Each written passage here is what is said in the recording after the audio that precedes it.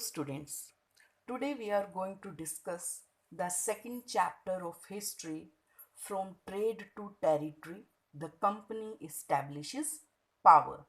Here, trade means exchange of goods, commodities, and services, and territory means a land that is considered as belonging to or connected with a particular country or person. Here we are talking about the Indian territory. The company establishes power. Here, the company is the East India Company that came to India to trade, but slowly and steadily it started controlling the political power of India and colonized it. India has a long history of its inland and maritime trade relations with the outside world. Here, inland trade means the trade that was done through the passes of the Himalayas or the deserts. And the maritime trade means the trade that was done through the sea routes or the ocean routes. In the North India, it was done through the land routes, and in the South India, it was done through the sea routes. The Harappan civilization, that is the oldest civilization of India, had its trade relations with Mesopotamians, and the South India also had its trade relations with the Romans and the Greeks. The South India exported its famous spices like black pepper that was considered as black gold at that time, precious gems, ivory, etc. And it used to import wines, corals, copper, etc.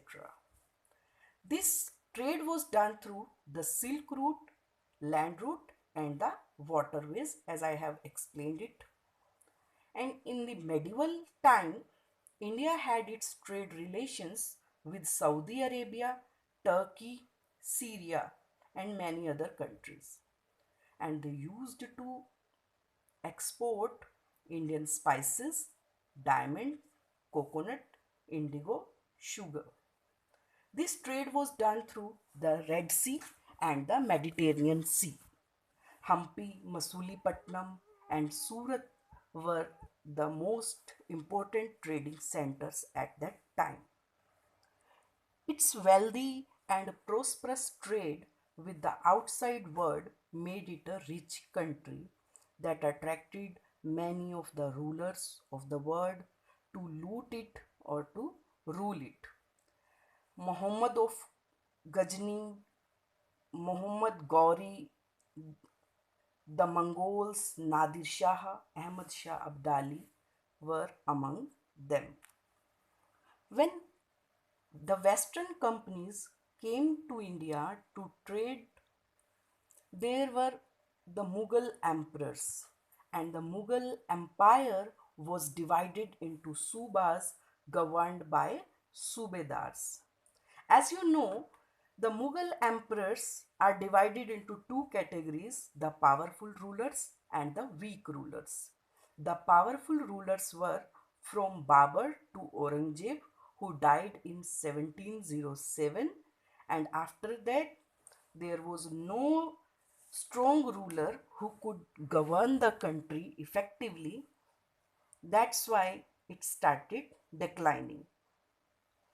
When there was the rule of weak rulers, the subedars and the jamindars began asserting their authority over it, and they started establishing their regional kingdoms, as you have studied in class 7th, that Bengal, Hyderabad, and Awadh were the subas that separated themselves from the Mughal authority. Even Delhi, that was their capital, was not an effective center.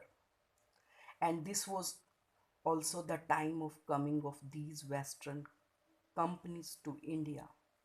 The first one who came to India were the Portuguese, and the first person from Portugal was Vasco da Gama, who came to India from the Atlantic Ocean through the Cape of Good Hope, that is in South Africa, and crossed the Indian Ocean and landed in Kerala. Then the Dutch, the French, and the English came to India. Around 400 years ago, in England, there was the rule of Queen Elizabeth I, who passed a charter on 31st December 1600 that allowed the East India Company to trade with the East. It gave it the sole right to trade. What is the meaning of the sole right? It means there was no other company that could come to the East from England. It means it was the only company from England that came to trade.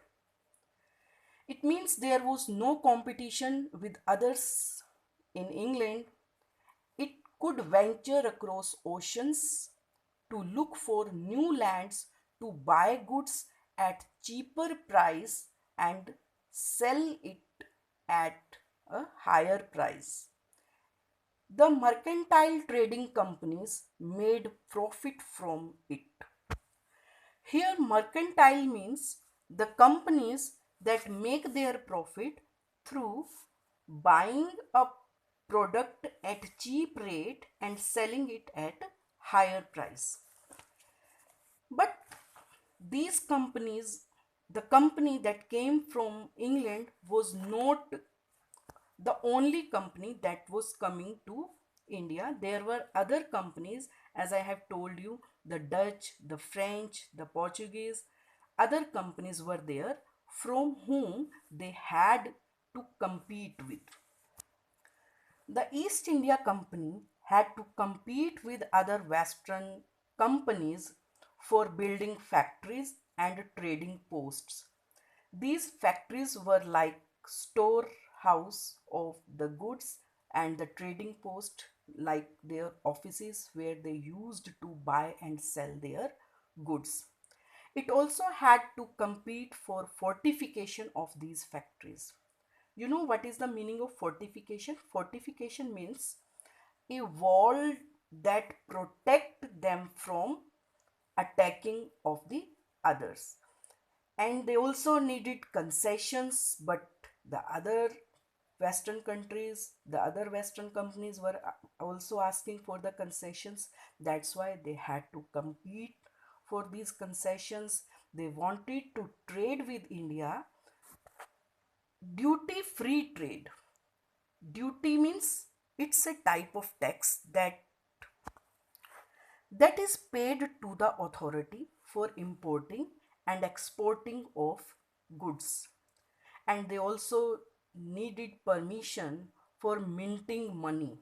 Minting money means, as there were Mughal emperors who had their own currency and they had to mint money, they had to make money for exchanging the things.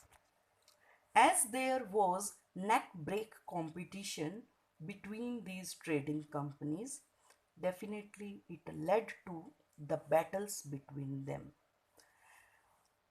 The reason for the battle was as all these companies were interested in buying and selling of the same things, but the goods were in limited quantity. That's why they all could not buy these things from India. The goods that they were interested in were black pepper, cloves, cardamom, cinnamon, muslin, that was a soft cotton cloth. Here, India was famous for its fine quality cotton also. That's why the competition among them pushed up the prices, and the pushed up prices reduced their profit in their countries, and that's why they had to involve in battles with each other.